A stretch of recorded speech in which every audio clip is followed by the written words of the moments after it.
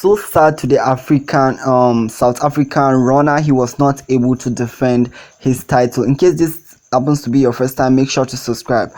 Congratulations to Jamaican. Today is really a good day for the Jamaicans because they have won 2 gold medals just in day 6 of Budapest. Congratulations to the Jamaicans, but Watson was able to blaze the 400 meter, running a time of 44.22 seconds to win the 400 meter final in Budapest. So sad to the South African runner Van. He was not able to defend his title as the world record holder.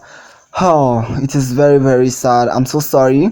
He was not able to win. Congratulations to Watson. Congratulations to Jamaicans. I'm so happy. I'm so happy for the Jamaicans.